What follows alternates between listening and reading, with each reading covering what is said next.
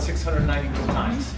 So I can stand up here and confidently say, I have seen your hometowns wherever you're from. And people ask sometimes if we get frequent flyer miles with NASA. That's why that 17 million miles is so important, but no, you get nothing out of it. You get the experience. And don't be impressed by the 17 million miles, because I slept through a third of that, so I enjoyed that. I was going to show a PowerPoint presentation about my missions, but our bulb burned out here. So instead, I'm just going to tell you a little bit about what it's like living and working in space. It's the same thing I would show you, but I'm going to tell you live here today. And then we'll open it up for questions. So maybe we'll talk for half an hour and open up for questions. Does that sound okay, you guys? Sure. All right. So for me, I wanted to be an astronaut since I was 6 years old. When I was 6 years old, the United States launched the first astronaut to space back on May 5th, 1961, 55 years ago. And in my elementary school in Cleveland, Ohio, where I grew up, one of the teachers or administrators had the idea, let's bring all the kids to the gymnasium.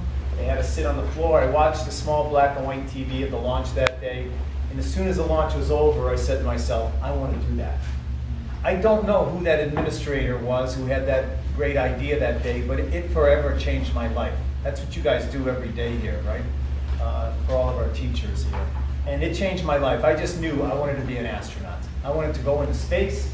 I wanted to experience zero gravity. I wanted to see sunrises and sunsets with my own eyes from space. So I always knew what I wanted to do. The problem always is, well, how do you get there? How do you get from point A, I want to be an astronaut, to point B, I'm floating up in space? And as a 6-year-old little boy, I had no idea how to become an astronaut. We didn't have space camp back then. There were only 7 American astronauts, and I knew 0 of them. So I couldn't even really talk to anybody about it. But I knew it was going to be really tough. I knew there was competition, a lot of competition. Thousands of people apply. NASA selects a handful of people. So I recognized that as a young boy, so I decided the only chance I'm ever going to have of going into space would be by working hard, doing my best in school every single day. Every subject, math and science and reading, history, art, music, whatever I worked on, I always tried to give it my best shot. And in school, I was like an average student in elementary school. Got mainly B's, a few C's, a few A's. In middle school, I started focusing and working harder, getting A's and B's. And by the time I got to high school, I was working really hard at my schoolwork. I got almost straight A's. I had 1 B in high school. And I got those grades not because I'm the smartest guy in the world, not by a long shot, but because I worked really hard.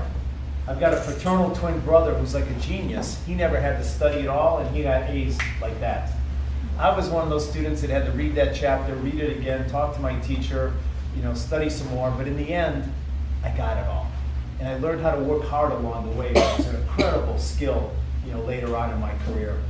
So after high school, I went on to college. I got my bachelor's degree in physics, and that's kind of the minimum degree you need to become an astronaut, 4-year college degree in math, science, engineering, or the medical field. But again, I knew the competition was going to be tough, so I decided, let me see if I could stay in school and get my master's degree. I went to Cornell and got my master's in engineering, and then I thought, well, look, if I stay a few more years, I can get my PhD. So I did that. So I spent a total of about 9.5 years in college. That's a long time, right? It's a really long time. A lot of studying, a lot of tests, student loans, but it paid off for me big time.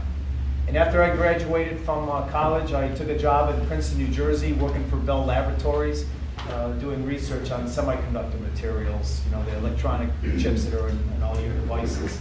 And this was in the early 1980s, and just when we were starting the space shuttle program. So my timing was perfect to have my education done just as the space shuttle program was going online. And NASA selects new astronauts every 2 or 3 years. They'll pick a small group of 10, 15, or 20, depending on their needs. And it was about 2 years after I got out of college, NASA made an announcement. They're looking for new astronauts.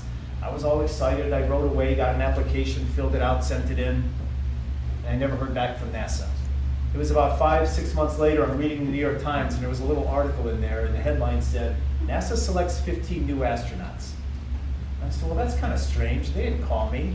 And I read that article, and my name wasn't on the list. And that's when I realized, wow, this is going to be a lot harder than I ever thought it was going to be. I thought by going to good schools and going to great universities and working for a good company like AT&T that I would be a shoo-in, but that wasn't the case. I didn't give up. I decided to try again, and 2 years later, another astronaut selection. Sent my application in, And this time I heard back from NASA. I got a little postcard. And it said, "Dear Sir Andromeda, I know where we're heading here. Thank you very much. We had a lot of good applicants. We didn't select you, but good luck in the future." And I looked at that postcard and I thought, my grandmother and I have the same chance of getting selected to be an astronaut. That chance was 0. I wasn't even getting close in the competition. So I decided I need to do more to get noticed by NASA. So I looked into the backgrounds of the people that were successful getting in. I'm an engineer, so I looked at the data. And I said, well, what are they doing that I didn't do? And there were some clues there for me. Most of the astronauts that NASA was selecting, the civilians, had some flying experience. It wasn't a requirement, but it seemed to help a little bit. So I said, well, I can do that. I got my private pilot's license. I worked on my instrument rating. Most of the astronauts NASA selected had some skydiving experience. It wasn't a requirement, but it seemed to help. So I said, well, I can do that. Did that a few times. I taught a university course. That seemed to be some experience NASA was looking for. I learned to scuba dive. So I tried to do as many of these little things that seemed to help as I could, hoping that maybe for that next astronaut selection they would add up and I'll be head and shoulders above the other candidates. So I did all those things. 3 years later, another astronaut selection. I sent my application in. This time NASA called me up and they invited me to Houston, Texas for a week of medical tests and an interview. And out of the thousands of people that apply, NASA will whittle it down to 100. They bring you to Houston. You spend a full week on a really exhaustive, thorough medical exam. And then there's a 1-hour interview. I passed all the medical tests, went on to the interview. That went really well. And at the end of the week, I finished up there. I was flying high. I thought I'd done really well. I went back to my job in New Jersey there and just waited to hear whether I had made it or not. And I was back at my job about a week or so, and some of my friends started calling me up from across the country, and they said, "Hey, Don, the FBI's been calling about you." I tell you, if the FBI is ever calling about you, it's either really good or really bad. In this case, it was really good. NASA was doing a security background check on me. And they went and they talked to every employer that I ever worked for from high school on, talking to all the former bosses. Hey, what kind of worker was he? How did he treat the people? How did he treat the coworkers? They went up and down the streets in any neighborhood, wherever I lived, from high school on, talking to the neighbors on either side. Hey, what kind of person was he? Did he stay out late partying all the time? They would talk to random people on the street. They would stop them just to see, did anybody have dirt on me? And I thought, this is a great sign. NASA can't do this really exhaustive security check on all 100 people. I figured they must have selected their candidates, and this is the final check to make sure you're good to go. So I was all excited, and it was about a month later I got the phone call from NASA, and they said, "Don, thank you very much for applying. We had a lot of good candidates. We didn't select you, but good luck in the future." And I tell you, I hung up that phone, and I was in shock, because I thought I had made it this time, but here for the third time, they turned me down. First time was no, second time no, third time they interviewed me and got to know me, the result was still no. There was a big message there for me from NASA, right? We don't want you. And I decided I gotta give up on this silly dream of mine. I'd worked hard my whole life, I'd given it my best effort, but I decided it is time to get real and get on with my life. And I decided I'm gonna go to bed, get a good night's sleep, and in the morning I'll wake up and I'll put together a new plan for what I'm going to do with my career. So I went to bed that night, got up the next morning, and the very first thought that popped into my head was, I still want to be an astronaut. So I asked myself, is there any more of these little things that I could do to increase my chances? And again, by looking at the numbers, who they selected, who they didn't select, most of the civilians they were selecting for the astronaut program were already working at one of the NASA centers. It wasn't a requirement again, but it seemed to really help. So I quit my job at Princeton there. My coworkers thought I was crazy. I was about 2 months away from getting my 3rd week of vacation. I was just 2 months away from getting vested in retirement. And I said, I'm leaving. I'm going. I got to chase my dream. So I drove down to Houston, Texas. I got a job as an engineer working on the space shuttle program. Did that for 3 years. Then there was another astronaut selection. This is number 4. And I sent my application in. I got called up for the medical tests and the interview, and that all went well.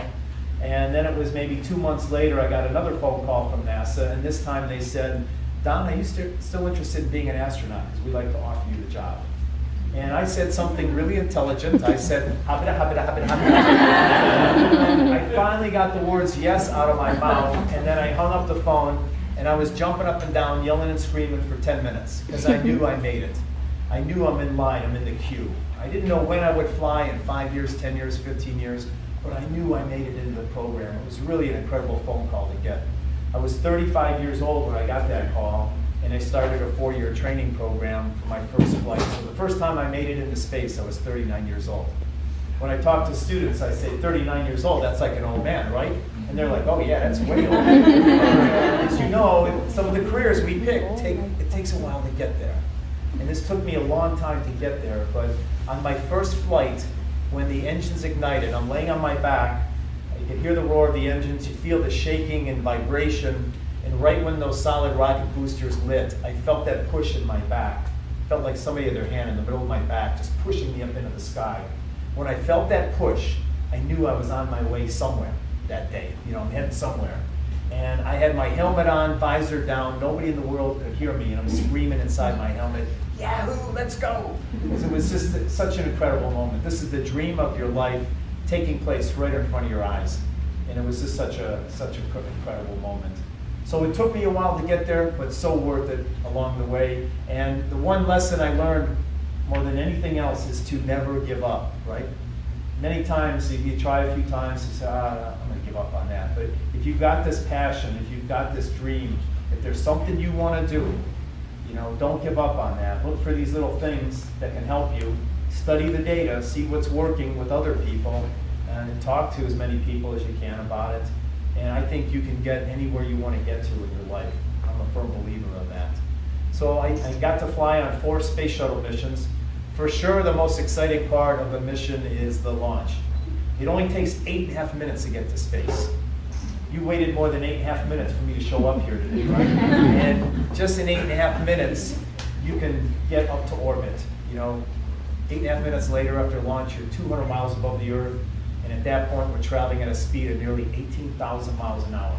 That's 5 miles a second. And we go so fast that we orbit the Earth in only an hour and a half. And during launch, there's a lot of shaking and vibration. We're actually laying on our back during launch. And we get 3 times the force of gravity, so we're pushed back in our seats. It's a little hard to raise your arm. You can't move around too much. But it kind of feels like somebody's sitting on your chest, just pinning you down. And after 8.5 minutes, the engine shut down in a microsecond, and you go from 3 times the force of gravity to 0. Boom. In a microsecond. It's not like they taper off slowly. It's like, boom, 0.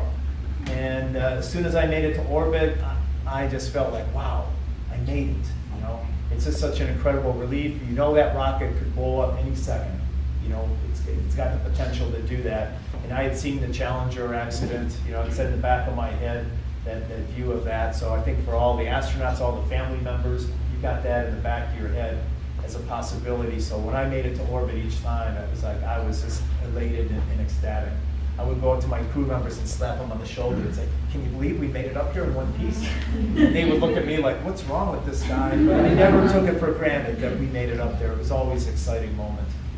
And as soon as we get to space, on my first mission, my job was to grab a camera, get out of my seat, unstrap, get a camera, float to the window, and take a picture of our big orange fuel tank that we just separated from. And we would photograph that every mission just to see if there was any damage to it, so that we knew if there was some damage on this flight that we might be able to fix it before we launched the next shuttle. So that's the first task. So I unstrap out of my seat, and I'm bumping around, kind of clumsy in 0 gravity. I get the camera, go up to the window, look out the window, and there's the big fuel tank as we slowly separate from it. And this tank is slowly tumbling as it's falling back to Earth. And my job was to take pictures of it, like every 5 or 10 seconds as it turned. That way we could photograph each side of the tank. So I'm just busy with the camera, focusing on the tank, taking a picture, focusing it again, taking another picture. And I flew in space so long ago that we flew with film in a camera. You guys I ran out of my film, the roll of 36 film, put the camera down, and I looked out the window, and there was the Earth. And it was there the whole time. But I hadn't seen it because they trained me. I'm just taking pictures of this tank. And all of a sudden I see the beautiful blue Earth there, and I just gasp. It's like, wow, it's so incredible to see the Earth. You know, I'd seen the IMAX movies. You'll see pictures here of the Earth as you walk around. When you see it with your own eyes, it would make you gasp. And as soon as I looked out the window, one of the first thoughts I had was, oh, I wish my wife could see this. I wish my mom could see this, my brothers and sisters, my friends. Everybody should see the Earth from 200 miles up. And if you looked out the window for 15 seconds, I guarantee you it would change how you view our planet. It really changes you. You know, I've seen how thin our atmosphere is. It looks paper thin from space. On a nice sunny day here, you look outside, it looks like it goes on forever and ever. From space, we see it edge on, and it looks paper thin. It's about 20 miles thick, most of the air there. And you see that, and it just makes you appreciate, you know, wow, that atmosphere doesn't go on forever and ever. It's really finite, and it makes you realize we got to take better care of this planet. In South America, we flew over that many orbits on my first flight, and they were doing a lot of cutting and burning of the rainforest. We call it slash and burn. They cut the trees down, they set them on fire. It clears the land for new agricultural fields, for new cities that they were building there, trying to get people out of the cities, out in the country a little bit. And there was so much smoke from the cutting and burning of the rainforest that nearly the entire continent of South America was under a smoke bomb. And I'd always heard about this, and it's like, wow, you know, this isn't just affecting a small city, state, or country. It's affecting the entire continent, and probably, you know, the whole planet. So you see some of these global processes, global things going on. I saw a huge dust storm coming off the Western Sahara on my first flight. And that big brown cloud of dust came nearly all the way across the Atlantic Ocean, kind of fizzled out around the Bahamas. And again, it makes you realize, like, wow, this isn't just a local thing here, you know, and somebody told me that dust from the Sahara is one of the main nutrients for the rainforest in South America. So dust gets picked up from there, deposited in the rainforest, and that helps that grow. So you start to see our planet is really totally interconnected, and you can definitely see the impact that humans are having on our planet as you orbit around there. So I wish everybody could look out the window, you know, because it would change you. Another change for me, besides just looking at the Earth, was my perspective of our planet and my place, you know, in the universe. I grew up in Cleveland, Ohio, and I would tell people I'm from Cleveland. You know, I'm from Cleveland. Now I tell people I'm from Earth. And I'll see people from Cincinnati or Columbus, another city in Ohio, and they'll say, where are you from? And I'll say Cleveland. They say, oh, I'm so sorry. And you know, there's this competition between cities, and I look at that as kind of silly. It's like, well, we're both from Ohio. We're both from the United States. You know, we're both from planet Earth. You know, I can see us having more similarities than differences. So I think for all the astronauts, you come back, and wherever you grew up, you've got a connection there. But you really have a connection with the whole planet after that. And you know, I enjoy traveling around the world today, meeting people in different cultures. You know, these are my neighbors. These are you know, the other people we share the Earth with. And it's all just stuff that I enjoy doing today.